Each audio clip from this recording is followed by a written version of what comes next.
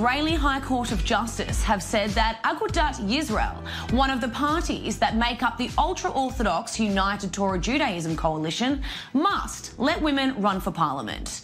They have been ordered to change a clause by September 2nd that prevents women from being members of parliamentary parties. A representative of the state said that the party's rules were discriminatory, but lawyers of the party say that preventing women from running shows them respect. Here to talk to me further about this issue is an expert on ultra-Orthodox society, Estee Indursky. Thank you so much for being with me, Estee. Now, first of all, you're an advocate for women's rights, specifically within ultra-Orthodox communities, or parties rather, and you're a founder of an organisation called Niv Harot. Yeah. Tell us a little bit about that organisation. Okay, so it's actually established in 2012 already. A colleague of mine, her name is Estee Shushan, she opened a Facebook page. It's called No Voice, No Vote, Lo Nivcharot, Lo Bocharot. If we are not allowed to be part of the parties, we will not vote for you. And by 2015, there were more and more women. And in 2016, we established an organization, and I became one of the CEOs there. And we work in two channels. In one channel, we try to raise awareness in the Ultra-Orthodox community with men and women to the fact that they need representation, and feminist rights is something very important from them. And from the other side, we are trying to do whatever we can with state channels. We even been to the UN, to the CEDAW committee, in order to change the barriers. Yeah.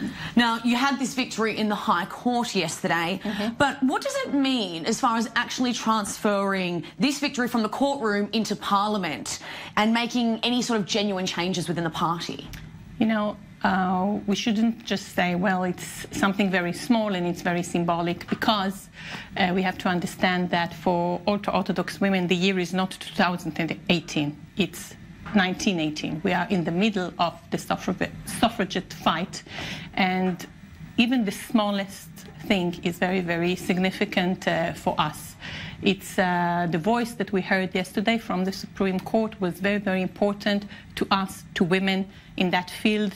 We really heard that we have like a backwind, that we have support from the state, and we should continue to do whatever we can on the field and try to recruit more and more women to the fight. So I don't think that tomorrow morning or in September 3rd there would be a woman there in politics, but it would definitely make a change, and it will make it easier maybe for another woman to come and try to knock on the door and to say, well, really, I want to go in and to be in the party. We are working very hard in order to make leadership programs to try really to have that line of women that will want to take part, that will want to be in politics. But you know, it's not only politics, because the fact that there are no women there, it really reflects the everyday life, the society, the women's status in the community. Absolutely. And how do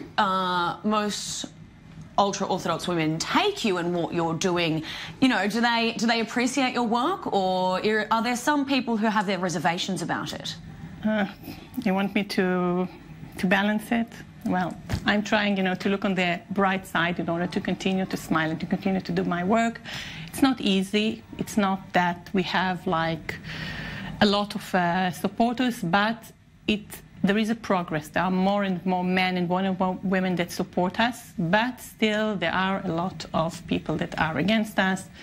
We really, we take a lot of backlash, a lot of threats, a lot of bad language against us, against our family. It's not an easy fight, but it's an important fight. I'm thinking, you know, about my grandchildren, about the next generation, and I'm trying to do whatever I can for them, regardless the environment that is not always very supportive. Absolutely. I could imagine that this is going to be a slow process, but a very important one.